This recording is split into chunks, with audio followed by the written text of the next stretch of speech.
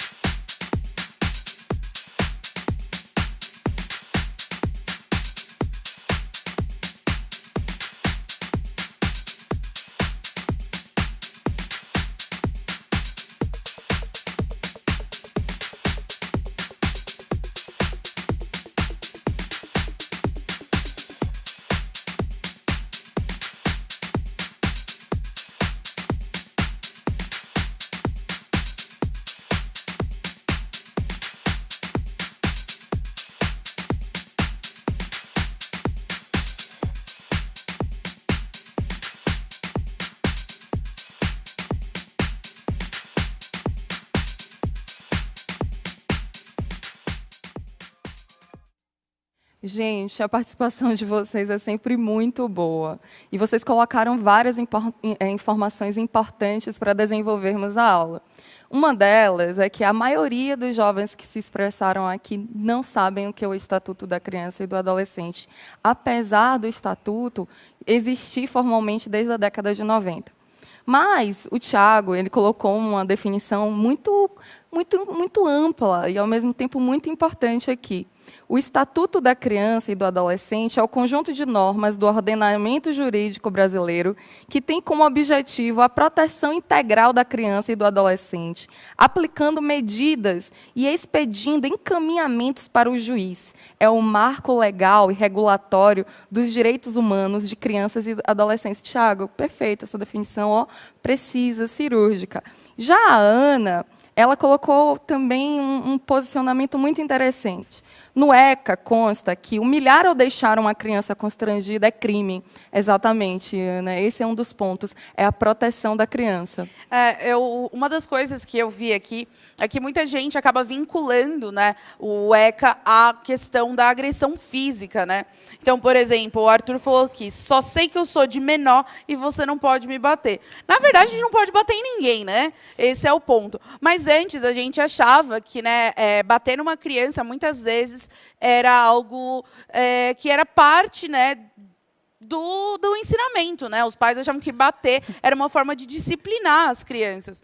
E a gente vê que isso pode ser contornado, né? Bater em alguém pode muitas vezes gerar uma noção de que a violência é algo normal e é algo que deve ser como um meio de punição. Então, você fez errado, eu vou te bater, do que realmente ter sido um aprendizado, né? A gente aprende pelo medo e não porque a gente realmente interiorizou, né, esse aprendizado, esse entendimento do que foi proposto.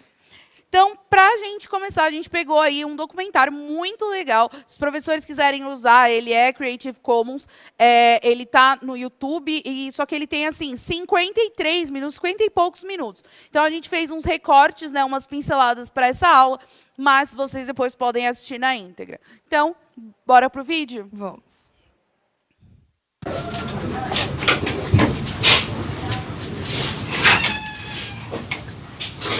Vai acordar, Ítalo. Acordar para ir para a creche. Isabel, Ingrid. Bora acordar?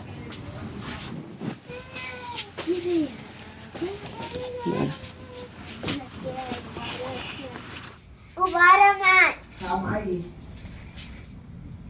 Bora. Bora, Isabel.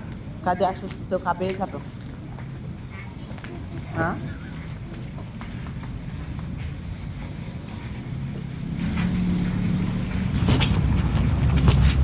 Ó a lama aí, pra não pisar, viu, Ítalo? Pois é, senão vai ficar todo sujo.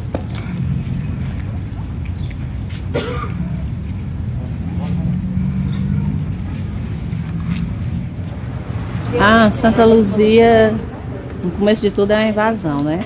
A maioria que todos moram lá é porque precisam, né? Que não tem condição de pagar aluguel, nem tem condição de construir a própria casa. Eu saio de manhã de casa e só volto à noite. Eu e meu marido e as crianças, né? A gente só volta à noite. A violência é muito grande. Às vezes, tiro à noite, né? A gente escuta tiro. Um dia desse, quando a gente vinha para a creche, eu e as crianças, tinha um óbito do nosso lado. A gente passa do lado e vem trabalhar. Eu já me acostumei com a violência. Só que assim, os nossos filhos vê todo dia, né? Aí eu vou explicando para eles que jeito é, o que leva a pessoa àquilo ali, o que pode acontecer. E vou explicando porque eles vão vendo a realidade junto comigo todos os dias.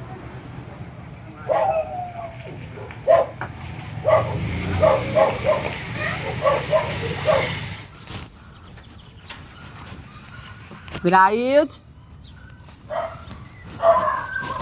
Ô, Mirailde. Ô, Mirailde. A gente gosta de ir lá, ou com lama ou sem lama, a gente gosta de ir lá da Santa Luzia. É um pessoal que a maioria são todos unidos, né? Quando chega alguma coisa, cada um divide com a pessoa. Quando a gente recebe alguma coisa, ganha alguma coisa, aí os vizinhos sabem dividir com os outros vizinhos. Lá é bom, eu gosto de lá.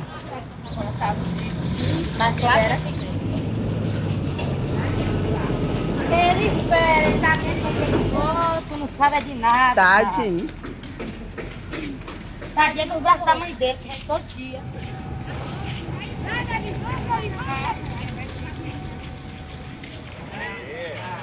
Já era. Vamos começar o rojão agora. A luta. A luta.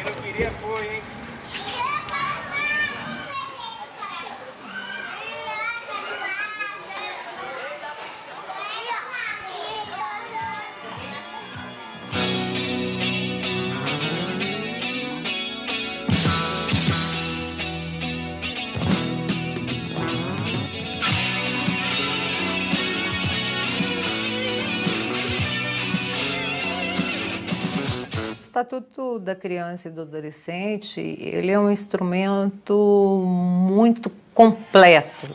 Qual era a preocupação nossa? De ver o olhar sobre a criança desde a gestação. Então, o Estatuto ele garantiu o pré-natal à mãe, que até então não existia por lei. Ele garantiu as campanhas de vacinação da criança e do adolescente no nosso país.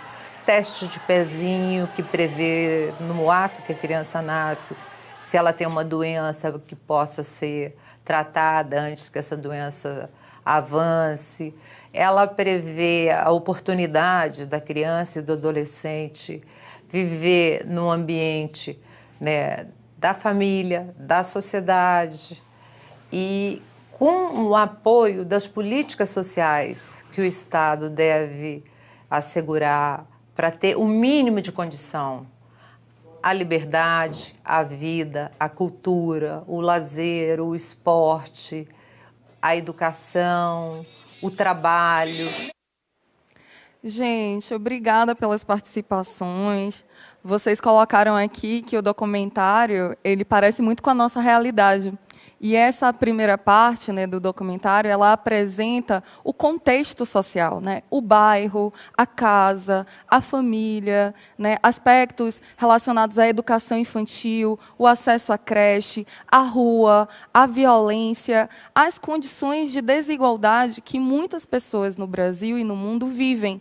Quando nós inserimos uma criança dentro de contextos de vulnerabilidade, nós pensamos que esse indivíduo que está em estado de desenvolvimento, ele precisa de cuidados que permitam com que ele se torne um adulto saudável, com conhecimentos necessários para que ele viva com dignidade.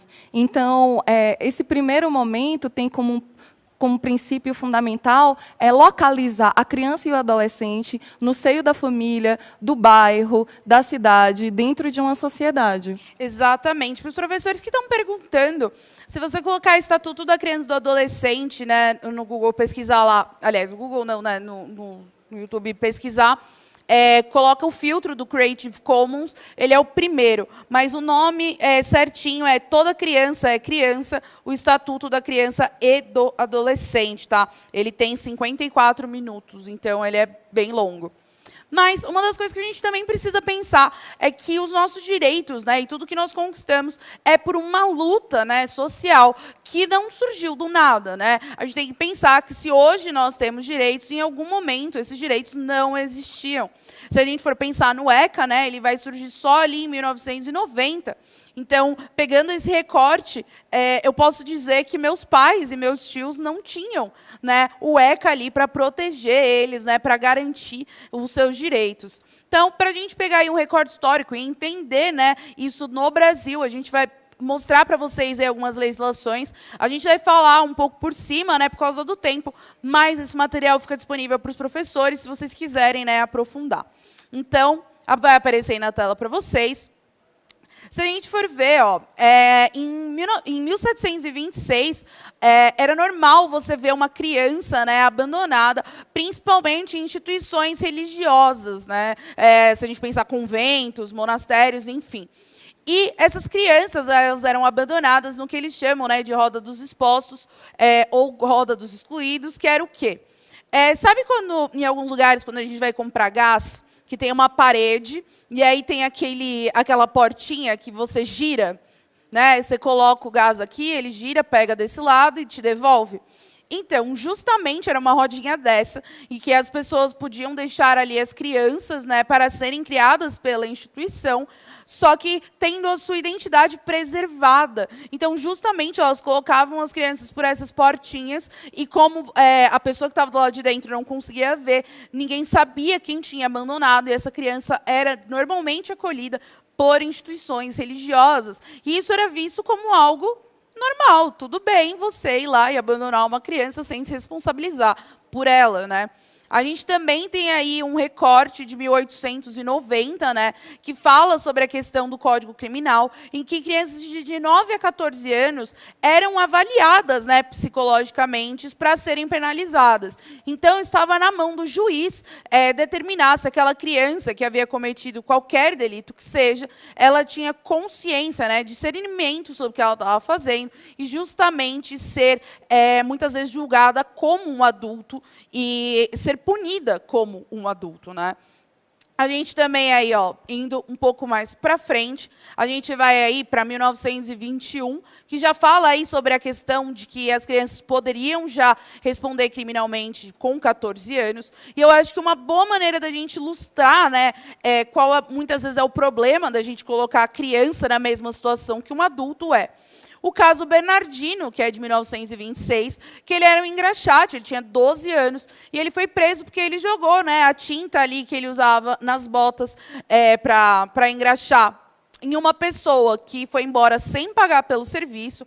Ele foi, né, julgado, colocado em uma prisão comum, com 20, né, adultos, e ele sofreu diversos tipos de abuso e violências dentro da prisão, justamente por estar com adultos. Então, muitas vezes a gente fala, mas a criança sabe o que é certo e errado e tudo mais.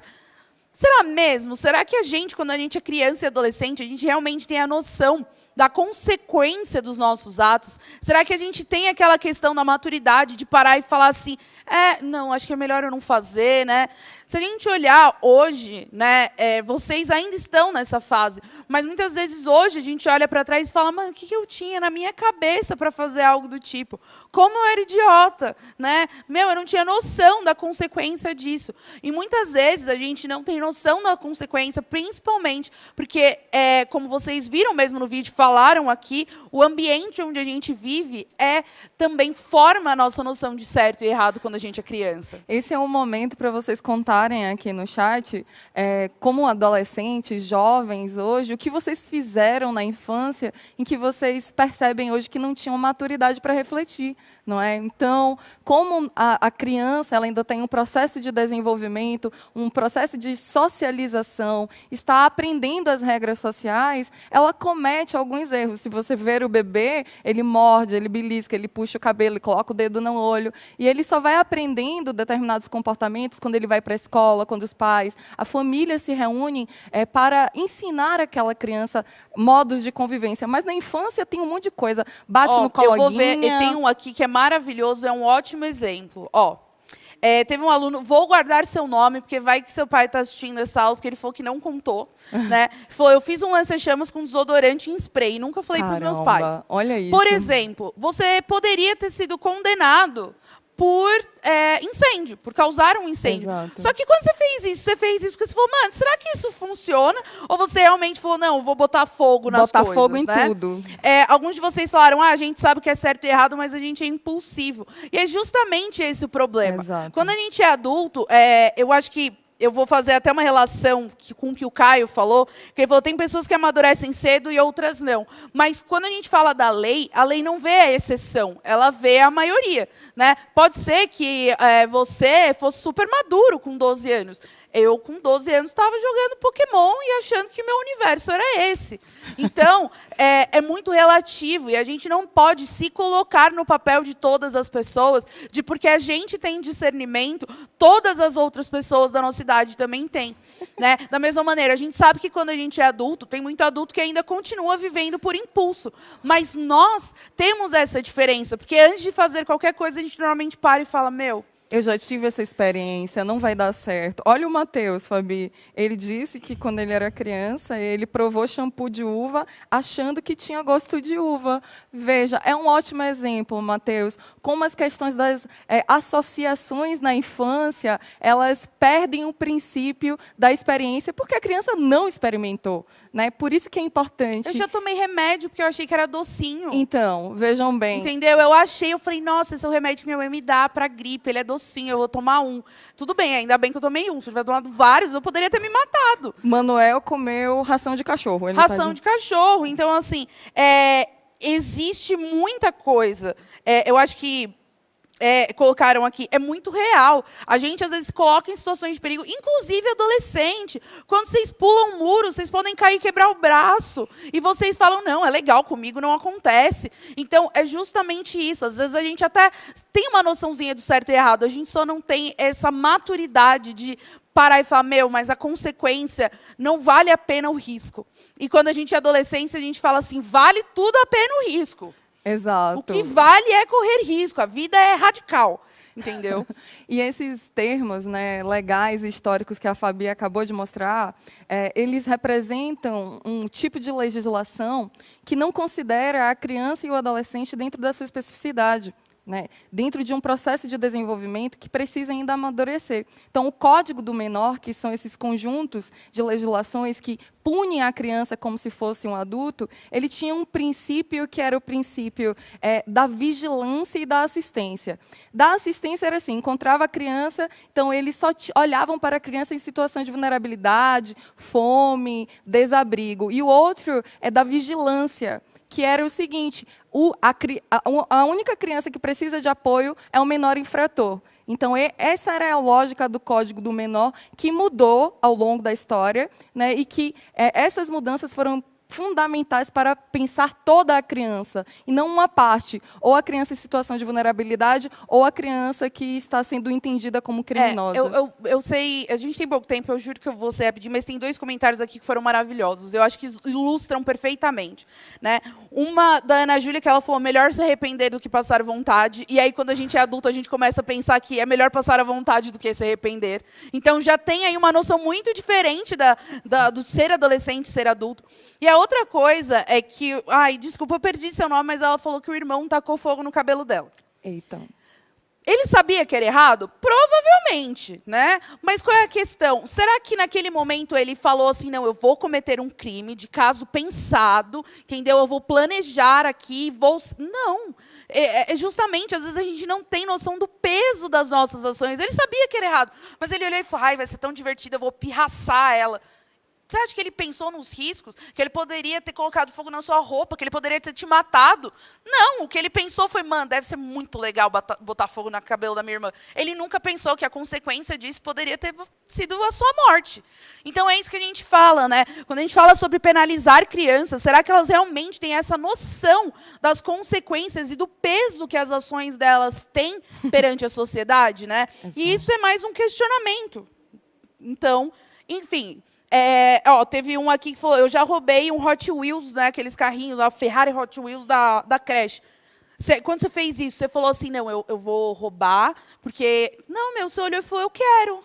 E eu quero e eu não tenho. E eu quero e eu vou levar, porque eu quero. E estava errado. Estava errado. Você deveria saber que era errado, vamos dizer. Mas, justamente, a gente não sente o peso das nossas ações, o quanto isso pesa dentro da sociedade. Então, para dar tempo de tudo aí, muitas das legislações, eu nem vou passar aí na tela, mas elas falam muito sobre a questão de penalizar ou não penalizar uma criança pelas suas ações, né? Aí vai aparecer aí na tela. Tanto que, para isso, foram criados, na época ali dos militares, o FUNABEM e as FEBEMs. Né? As FEBEMs, a gente pode falar que era prisão, né? Era o sistema prisional vinculado à criança e ao adolescente, que hoje, né, são o que nós chamamos de Fundação Casa. E a gente já tem aí uma nova visão. As pessoas pararam de tentar ver se o adolescente estava certo ou errado, se ele estava cometendo um crime ou não. Mas a gente começa a pensar sobre a situação dele. Por exemplo, né, ver a questão da criança, da criação desassistida, aquela criança que está abandonada, sem ninguém ali para cuidar dela. Né? A gente vê, por exemplo, a questão da proteção integral da criança, que ela tem que ter ali a sua dignidade respeitada, a sua liberdade, o seu corpo respeitado e também a sua mente. Porque quando a gente fala sobre proteção integral, não é só contra a violência física, mas é também sobre a violência psicológica, sobre aquelas coisas que vão gerar danos na nossa cabeça, como você se sentir inferior, sobre a questão de autoestima, enfim. E aí a gente vê que, durante todo esse tempo, isso só vai surgir, né, em pauta quando surge a nossa Constituição atual, que é a Constituição de 88, considerada a Constituição Cidadã, e ela vai trazer ali a base do ECA. Vai aparecer até aí para vocês que o ECA ele vai nascer em 1990. Nesse mesmo ano, a gente vai ali assinar uma Convenção Internacional dos Direitos das Crianças, que é da ONU, né, e vai trabalhar muito mais sobre o que a criança sofre, não no que ela causa, né, sobre quais são os problemas que ela está sofrendo durante a vida, porque tudo que a gente faz também é reflexo de onde a gente vive. Exatamente. Vocês estão colocando vários casos aqui. A Raíssa contou que o irmão dela, quando tinha 3 anos, pegou todas as agulhas da mãe e colocou na cama dela. E um outro aluno que, desculpa, eu esqueci seu nome, ele disse que pegou o guarda-chuva, subiu no sofá e pulou, achando que voaria. São ótimos exemplos para mostrar sobre o processo de aprendizado e desenvolvimento da criança e do adolescente dentro de uma lógica que nós, enquanto sociedade, enquanto família, enquanto escola, enquanto indivíduos, enquanto Estado, nós precisamos pensar no desenvolvimento integral, pleno, com totais condições de dignidade, saúde, educação, alimentação, segurança para as nossas crianças e adolescentes, para que se tornem adultos com as experiências, maturidades e oportunidades para viver de uma forma digna. Agora nós vamos colocar na tela uma pergunta para vocês. Qual é a relação entre o contexto social e cultural em que vivemos e a criação de direitos? Nessa pergunta é muito simples. A criação de direitos está relacionada com a experiência cultural de um povo? Por que é importante, né, nós pensarmos no direito da criança e do adolescente? Nós acabamos de ver a história, acabamos de falar sobre a importância do desenvolvimento integral. Então, qual é a relação da cultura com a criação de direitos específicos para crianças e adolescentes? Contem para a gente, nós vamos dar 1 minutinho para vocês responderem.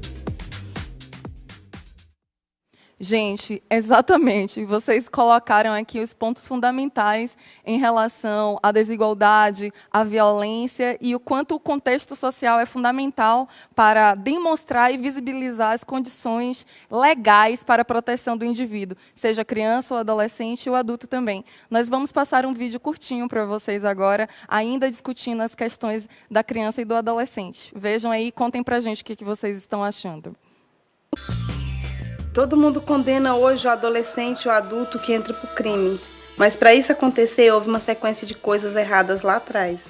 Enquanto o governo não investir em planejamento familiar, em educação, mas uma educação de qualidade, onde que as pessoas se sintam seguras e asseguradas de que na escola é o melhor lugar, talvez a coisa mude.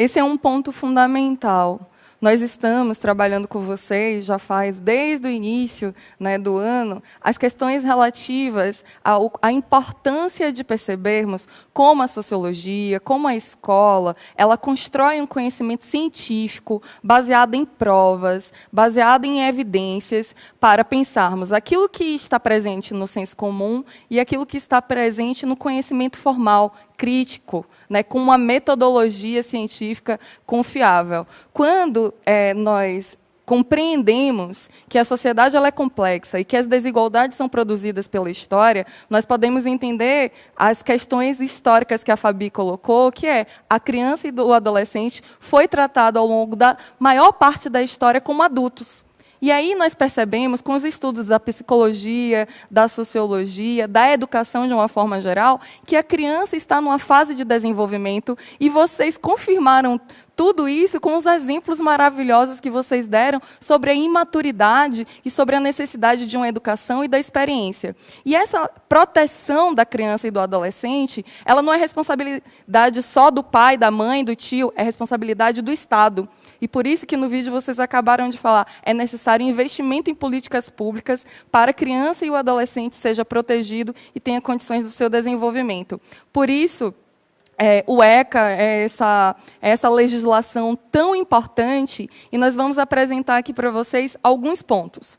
Então, um dos pontos do ECA, do capítulo 2, diz respeito ao direito à liberdade e o respeito à dignidade. Então, no artigo 15, a criança e o adolescente têm direito à liberdade, ao respeito, à dignidade como pessoa humana em processos de desenvolvimento e como sujeitos de direitos civis, humanos, sociais, garantidos pela Constituição. Também é discutido no ECA, no artigo 16, o direito à liberdade de ir e vir. A criança tem direito à liberdade de ir e vir, de opinar, de se expressar, de brincar. No artigo 19, também está expresso que é direito da criança e do adolescente ser criado e educado no seio de sua família e, excepcionalmente, em famílias substitutas, assegurada a convivência familiar e comunitária em ambientes que garantam seu desenvolvimento integral.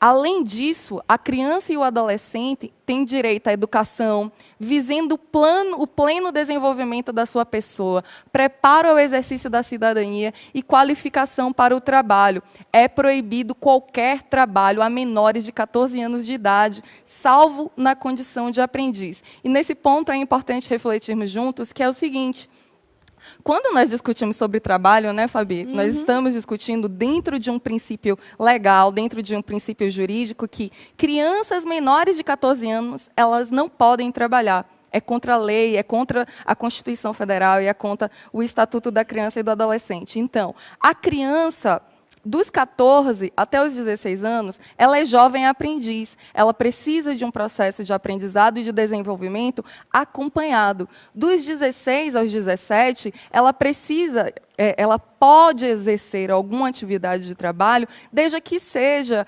protegido. Então, não trabalhar à noite, não trabalhar no seu horário de trabalho. Então, é um conjunto de legislações que fala sobre as condições de aprendizado. E o trabalho infantil, ele é considerado o trabalho que priva a criança de alguma fase do seu desenvolvimento, de alguma atividade que seja fundamental para o seu desenvolvimento infantil e juvenil. Então, trabalhar ajudando a lavar as coisas em casa é trabalho infantil? Não é. Não é trabalho infantil. O trabalho infantil é quando uma determinada condição, alguma determinada tarefa remunerada, ela priva a criança do seu direito, da sua liberdade e das suas condições mínimas para o seu desenvolvimento infantil e da fase da adolescência. Deu para entender? Deu para entender? Então, o trabalho infantil não é você ajudar no interior o seu pai a tratar da roça, não é você ajudar a tua mãe a lavar a louça. O trabalho infantil é quando você é obrigado, a sair da escola por causa de uma necessidade de trabalho. Isso é considerado trabalho infantil e, mesmo assim, existem muitos motivos para isso e por isso que a sociedade, a família e o Estado precisa criar condições para que uma criança ela não precise trabalhar. Por isso que conhecer o Estatuto da Criança e do Adolescente é tão importante. Então, em relação a esse ponto, existe a lei da aprendizagem, que estabelece que qualquer empresa tenha pelo menos 5% dos seus funcionários jovens, aprendizes, e no máximo 15%. Também é proibido qualquer trabalho a menores de 16 anos de idade, salvo na condição de aprendiz a partir dos 14 anos.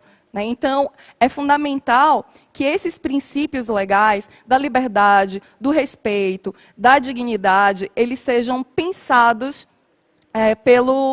pela sociedade. Nós agradecemos profundamente pela participação de vocês. Exato. Para finalizar, a gente vai colocar um vídeo aí bem curtinho. E não esqueçam... Acho que dá, com 40 segundos dá. Então, a gente vai deixar esse vídeo curtinho. Não esqueçam da Semana do Inova e de avaliar a aula. E até a próxima. Pode rodar aí. Queremos que nossos pais ganhem mais dinheiro. Queremos ter casa grande para a gente poder correr, dormir e brincar. Queremos que nossos pais parem de beber, de brigar e de bater na gente. Queremos ter sempre roupa e sapato. Queremos estudar, passear e viajar. Gostaríamos de ter dinheiro. Não queremos roubar. Não queremos ser presos nem apanhar da polícia. Queremos trabalhar e ser alguém.